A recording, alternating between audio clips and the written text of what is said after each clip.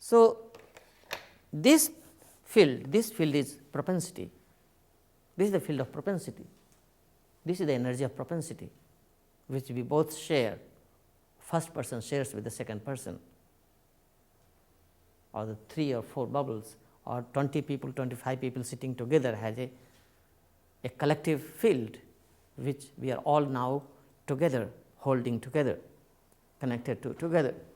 So, how they work, the impact of inferences that have on us at various stages on body, mind, propensities, mass, hormones, etc., must be studied. So, this is the topic that the cosmology, in this cosmology, like my cosmology, this is microcosm, this is microcosm, each one of us is a small microcosm, an amoeba is one microcosm, a virus is one microcosm, but again a carbon molecule is also a microcosm in itself, microcosm in itself.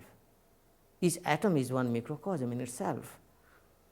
This is a highly advanced microcosm in this universe, and an atom is the most primitive, most starting point of one microcosmic existence.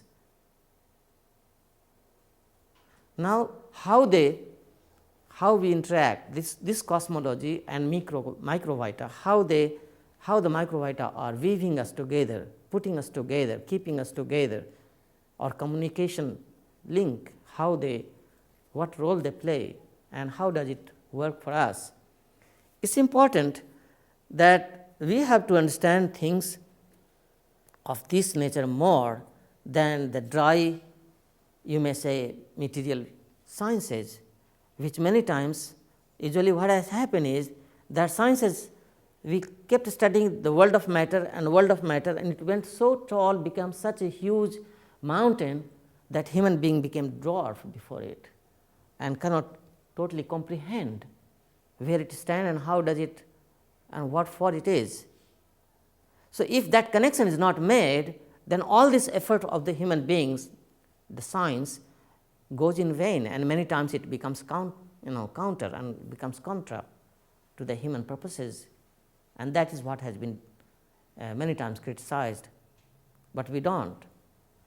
That work should not get lost, rather it must be properly understood, but should be properly understood in context.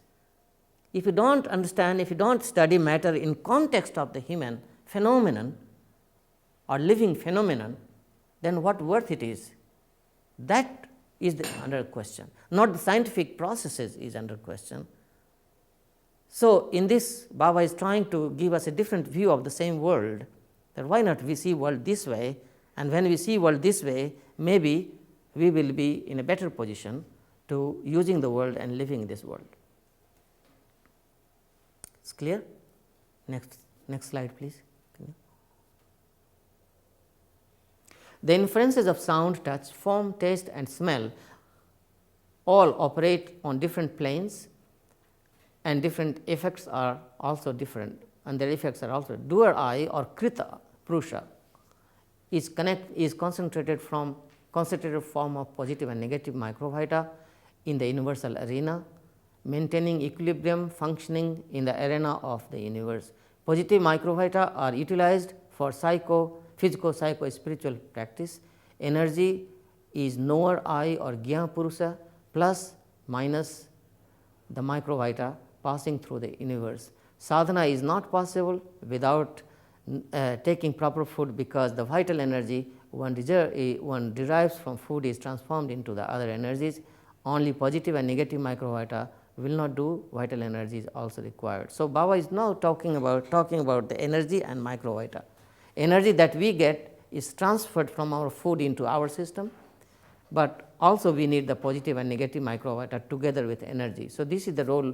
Baba brings here two new terms, doer eye and the knower eye. Okay. So, the doer eye is the concentrated form of positive and negative microvita. My faculty of doing, my energy of doing, that is positive or negative microvita created. The kind of positive microvita, negative microvita, the type of microvita are active in my system that activates my faculty of doer I. How I do the things, why I want to do the things, when I do the things, that all are determined by the kind of microvita is that is inspiring me or stimulating me, giving me that stimulus, and accordingly I will act and behave. So, the doer I is not always the same, the doer I is changing according to the kind of positive or negative microvita is inducing that. And then the knower I, energy is knower I or Gya Purusa, plus and minus the microvita passing through this universe. So, this universal microvita is producing in us the knowing faculty, knower I, that I know that I want to do this, I know that I am going to do this, I know that I am doing this, I know that I have done it. All these activities of doer of my own self is also being witnessed and known. So, the witnessing part is the knowing faculty which knows what has been going on in front of it. So, can you please? Microvita come from outer space, from the extended universe and the universal planes through sound and other inferences. Sound and other inferences have various planes, stages and phases. Microvita pass through the different phases of these inferences.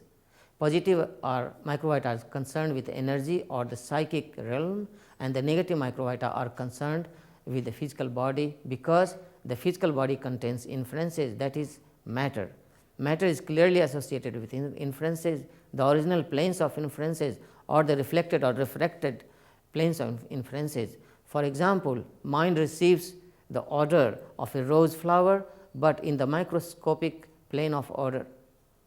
This odor encourages certain propensities and discourages others. The mind certainly runs towards propensity, but one cannot achieve success by suppressing the propensities, because more energy will be consumed in this effort. One has to divert the propensity by learning the art of withdrawals, pratyahara.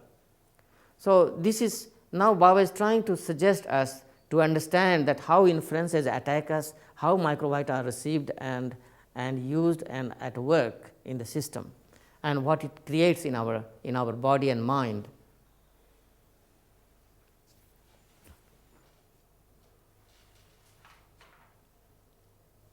Now, the question is, how do positive and negative microvita maintain both equilibrium and equipoise in the universal strata, in the physico-psychic and psycho-psychic and psycho-spiritual realms. So, there are 4 realms he is describing. We live in physical realm, we live in physico-psychic realm, psychic realm and psycho-spiritual. So, we have 4 lives. We have a physical life and a physico-psychic life, psychic life and the psycho-spiritual life at the same time. Correct? And each lives are different from other. Each realms are different from other. So, one mind or one microcosm has 4 different levels, and we live in all the 4 worlds. Now, which one is more prominent and which is less, that creates the personality traits. But it is not that always you are there, you can be moving up, you can upgrade yourself or you can degrade yourself. Yes, please.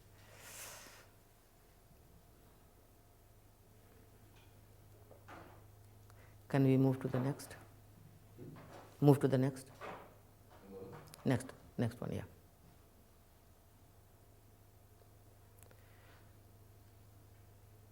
So, the chart of cosmic plan, how the universe exists now, he says that there is a stage of pre-creation. If the creation is as it is, then there must be a stage pre-creation. Like I used to say before, that only energy alone cannot create things, it needs a second entity to play with to start the creation. So, the second entity must be something which is superior than energy itself, which owns the energy or which can vibrate the energy, which can do play with the energy as a material cause. Like a child is sitting and there is clay, and if the clay is there and the child is not there, the clay is changing no shapes, but the child goes with the play with the clay becomes forms. Okay. So, analogy is also in different scriptures that God created human beings with his own hands. The clay was there and he shaped the clay in human form and gave life in that, and we became living. Okay. This is analogy to make lay people understand. But if there is only energy and there is no consciousness involved with the energy, energy will remain waiting for something to happen in it, in its body. So, that's something which will start creating waves in the energy, has to be something other than energy. So, that something other than energy has to be more superior than energy, so as to play with the energy, play with the clay. So, that is consciousness of the child, which plays with the clay, shapes the clay in different forms. So, the child is representing consciousness and the energy is the clay. You see, so the consciousness and the energy, these two. Now, when these two stars both have infinite magnitude, and when infinite consciousness plays with infinite energy, there is infinite possibilities created, endless possibilities, goes on creating possibly, and waves and ripples. And so, we see if everything is just the energy and nothing else, then all energies all the forms should be same. Why water is water and fire is opposite? Why one is heating, other is cooling, and one is neutralizing the other, if there is no second factor to add in the energy. So, this energy and consciousness, interplay of energy and consciousness. So, Baba is saying that the supreme entity, this is pre-creation entity, the supreme entity, the final, the purest stage is the supreme cognitive principle and the supreme cognitive creative faculty. So, there is one cognitive principle and one is cognitive creative faculty, plus and minus, maintaining universal equilibrium and equipoise. That is nirvishesha stage, means it is undisturbed, unperturbed, it is just there. In the previously scriptures, it is known as Nirguna Brahma,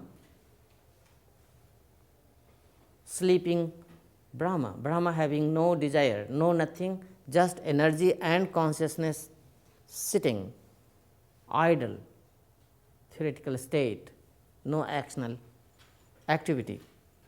So, he says that this is made of two faculties, one is the principle, one is the faculty. The principle is controlling the faculty. Faculty is instrumental and the principle is the guiding